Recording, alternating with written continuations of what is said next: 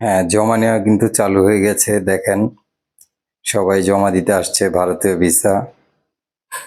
অনেকদিন যাবতই জমা নিতেছে, কিন্তু অনেকে জানে অনেকে জানে না। তার জন্য এই ভিডিওটা তৈরি করা।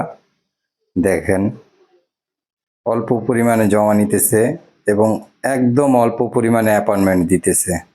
শেষ পর্যন্ত দেখতে থাকুন, তাহলে বুঝতে পারবেন কি কি ভিসা চালু হয়েছে। আসসালামু আলাইকুম, welcome to my new video.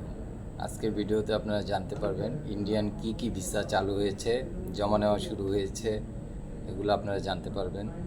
জানতে আমাদের চ্যানেলটি অবশ্যই সাবস্ক্রাইব করে রাখুন, তাহলে আপনারা ইন্ডিয়ান এম্বাসির সকল আপডেট পেয়ে যাবেন। তো চলুন শুরু করা যাক।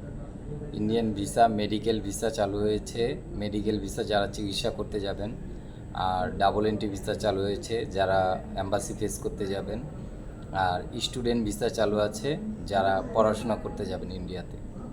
তো এই তিনটা ক্যাটাগরির ভিসা চালু হয়েছে, কিন্তু অল্প পরিমাণে, খুবই অল্প অ্যাপয়েন্টমেন্ট দিচ্ছে এবং জমাও নিচ্ছে। অল্প জমা নিলে কী হবে, সবগুলি কিন্তু ভিসা হচ্ছে মোটামুটিভাবে। আমি যতগুলি বই দেখছি সবই ভিসা হয়েছে।